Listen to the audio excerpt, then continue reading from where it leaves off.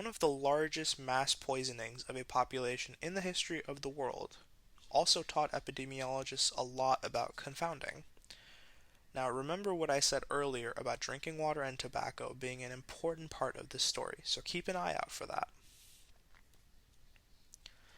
Our story begins in Kolkata. That's a major city in West Bengal. West Bengal is a part of the Bengali region located in India, and the other part of Bengal is, of course, Bangladesh, which was originally part of India. You might know that the British tried to take over India, and it caused the country to destabilize and split into India and Pakistan.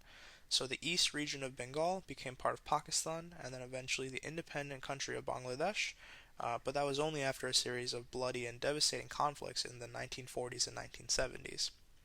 But about 10 years after that, in 1983, Dr. Saha was working as a dermatologist at the School of Tropical Medicine in Kolkata, and he started to get patients from across West Bengal and Bangladesh with skin lesions. So, knowing that history, imagine how bad these lesions must have been for people to cross that border when it was still really unsafe to go between East and West Bengal, and this was just because they needed medical care. Now, what Dr. Saha noticed was that there were multiple cases in the same families, and this gave him a clue that these cases might not have been random, that there was probably something underlying. What Dr. Saha realized was that arsenic exposure needed to be studied. All of his patients had a specific kind of lesion caused by arsenic known as chronic arsenic dermatosis, which basically just means irritation of the skin due to prolonged exposure to arsenic. So between 1983 and 1987, he analyzed the arsenic concentration in about 1,200 of his patients from about 60 villages across 7 districts in West Bengal.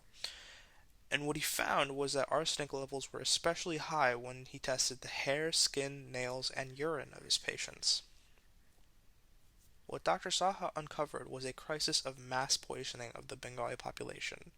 His research identified the negative health outcome, arsenic poisoning, but actually understanding where the arsenic came from, that understanding came later. Researchers had to work backwards from Dr. Saha's work by asking patients with symptoms what the source of their drinking water was.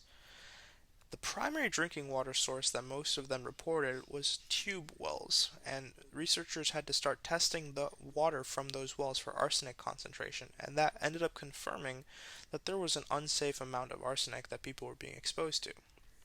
Now, these tube wells depicted on the right were installed to give rural areas access to water, but tube wells have to draw from a really shallow depth because of the way they're installed, so the water they're pulling comes from about 10 to 70 meters under the ground. And this is the part of groundwater that's really easily contaminated. By the early 2000s, 97% of the total population in rural areas of Bengal used these tube wells for their water supply. So essentially, these tube wells that were meant to provide water ended up providing a huge population with arsenic contaminated water.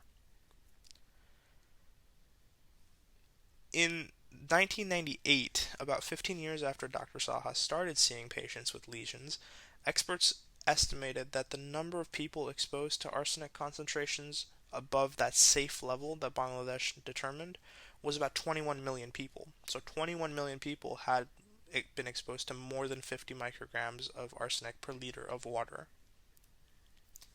So let's review the epidemiology at play here. The outcome of interest was arsenic poisoning, which usually appeared on the skin as those lesions. And the exposure of interest was high levels of arsenic.